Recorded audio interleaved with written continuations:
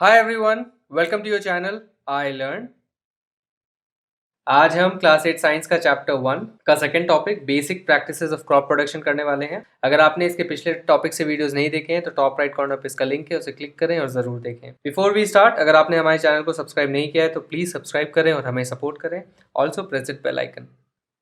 सो agricultural practices को पढ़ने से पहले मैं आपका ध्यान इस चीज़ की ओर ले जाना चाहता हूँ कि आपने ऑलरेडी इन प्रैक्टिसेस को या तो एक्सपीरियंस किया है या आपने खुद किया है।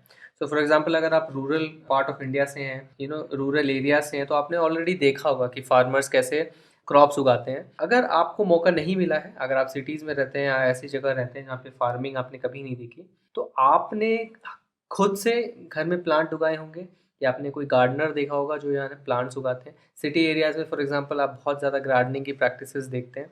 इनफैक्ट लॉकडाउन के टाइम तो बहुत ज़्यादा लोग गार्डनिंग ट्राई करने बैठ चुके। तो आपने कभी ना कभी एक्सपीरियंस किया होगा। And what you can see in pictures में भी, फॉर एग्जांपल, कि अगर जब आप होम गार्डनिंग करते हैं तो आप छोटे छोटे कुछ टूल्स इस्तेमाल करते हैं। फॉर एग्जांपल, आप एक शवल इस्तेमाल कर सकते हैं, आप छोटे छोटे ऐसे टूल्स इस्तेमाल कर सकते हैं जिससे आप मिट्टी को अरेंज कर सकते हो। जब आप गार्डनर को देखोगे तो वो थोड़ा सा प्रोफेशनल है, तो उनके पास थोड़े सोफिस्टिकेटेड टूल्स होते हैं ताकि उनका समय कम लगे, काम अच्छा हो। तो उनको बड़े एरिया को भी ध्यान रखना पड़ता है। सो फॉर एग्जांपल, आप उनके पास स्पेशल टूल्स देखोगे, जैसे एक क्लिपर हो गया, जिससे बुशेस की वो कटाई छटाई करते हैं ताकि वो एक ही हाइट तक उगे। इस तरह से आप टूल्स देखोगे, पावर टूल्स, जिससे बड़े बड़े पेड़ के जो मोटी मोटी लकड़ियां हैं उसको तुरंत वो काट सकें।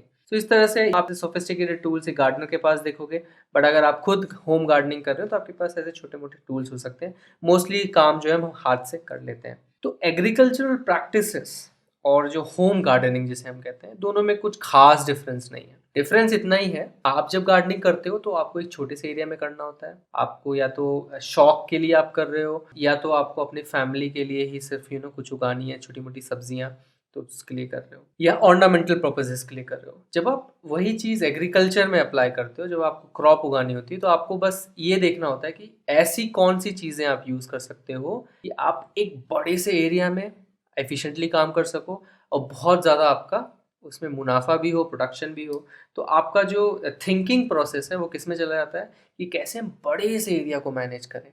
हालांकि छोटे से की जगह बड़े से एरिया को मैनेज करें, क्या टेक्नोलॉजी का हम इस्तेमाल कर सकते हैं कि हमारा काम जो है सरल हो जाए, ईजी हो जाए। तो बस यही डिफरेंस है। तो इट इज़ इम्पॉर्टेंट, मैं ये आपको ध्यान रखना है कि एकदम हार्ड चैप्टर बिल्कुल भी नहीं है, बहुत ही सिंपल चैप्टर है। एंड इन सम वे और दी अदर, अगर आप थोड़ा प्रोसेस समझें तो आपको बहुत कॉमन सेंसिकल लगेगा, अरे ऐसे ही होनी चाहिए एग्रीकल्चर प्रैक्टिसेस।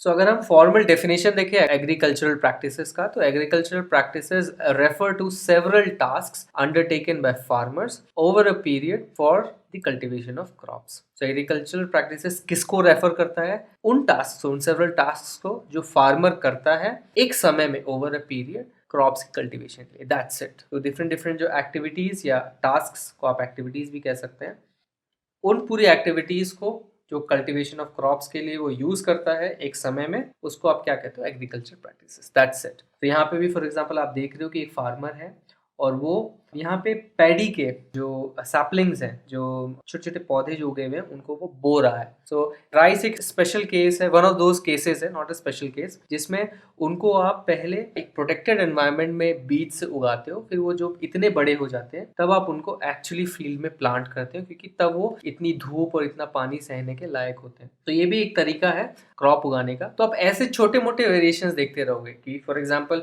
जैसे हम इंसान अलग अलग तरीके के होते हैं, सबको अलग अलग नीड्स होती हैं, वैसे प्लांट्स के अलग अलग स्पीशीज के अलग अलग नीड्स होती हैं। तो उसके अकॉर्डिंगली फार्मर्स जो अपने आप को एडजस्ट करते हैं, अपनी एक्टिविटीज को एडजस्ट करते हैं। बट मोर और लेस मोटे तौर पर, जिसको हम कहते हैं मोटे तौर पर, सारी एक्टिविटीज और सारा प्रोसेस सेम होता है। तो वो प्रोसेसेस क्या है, चलिए वो पढ़ते हैं। सो लिस्ट ऑफ एग्रीकल्चरल प्रैक्टिसेस क्या है, क्या स्टेप्स है उनमें।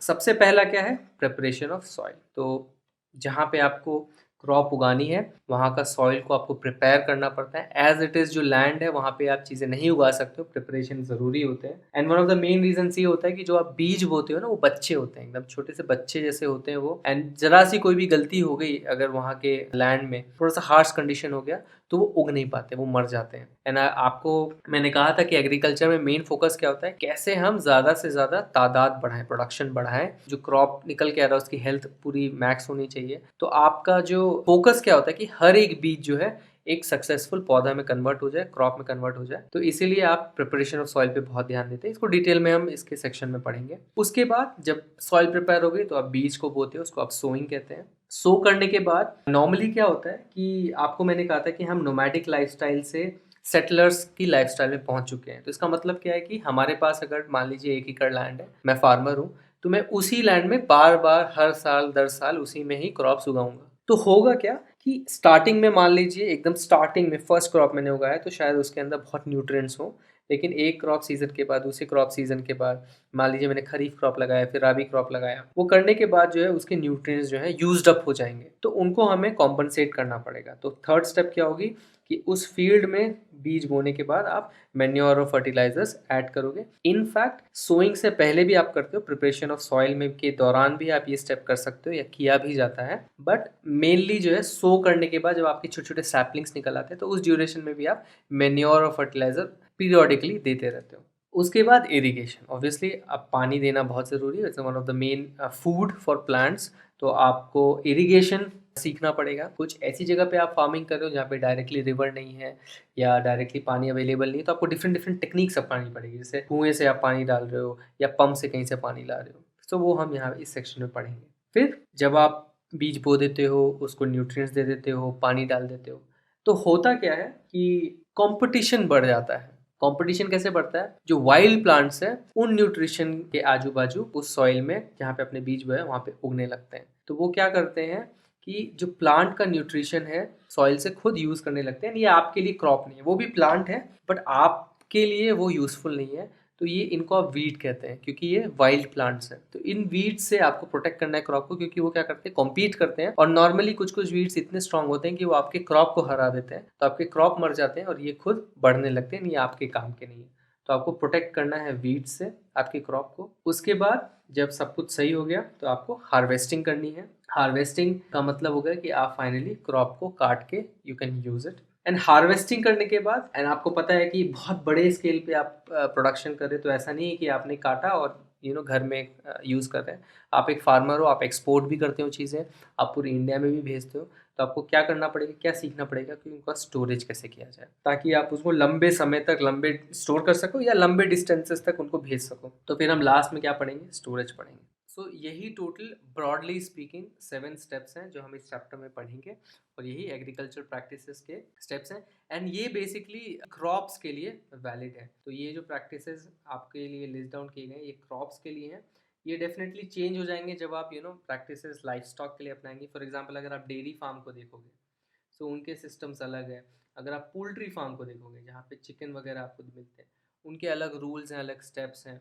अगर आप फॉर एग्जांपल पोर्क फार्म को देखोगे जहाँ पे पिग्स रेयर किया जाता है, या मीट के लिए अगर मान लीजिए कहीं पे लाइफ स्टॉक को रेयर किया जाता है, तो अलग अलग जगह पे अलग अलग तरीक़ों के स्टेप्स हो सकते हैं। सो मेनली ये जो स्टेप्स हैं ये आपके क्रॉप्स के लिए, प्लांट्स के लिए। Thanks for watching this video. अगर ये वीडियो आपको पसंद आए तो इस वीडियो को एक लाइक दीजिए, अपने कमेंट्स और फीडबैक्स कमेंट सेक्शन में लिखिए, और हमारे चैनल को सब्सक्राइब कीजिए। आप हमारे चैनल को सब्सक्राइब इस गोल लोगो पे क्लिक करके सब्सक्राइब बटन दबा के कर सकते हैं। इस बेल आइकन को भी प्रेस करना ना भूलें ताकि हमारे सारे वीडियोस की नोटिफिकेशंस आप तक जल्द से जल्द पहुंचे। इस चैप्टर के अगले टॉपिक के लिए स्टे ट्यून्ड। Bye bye.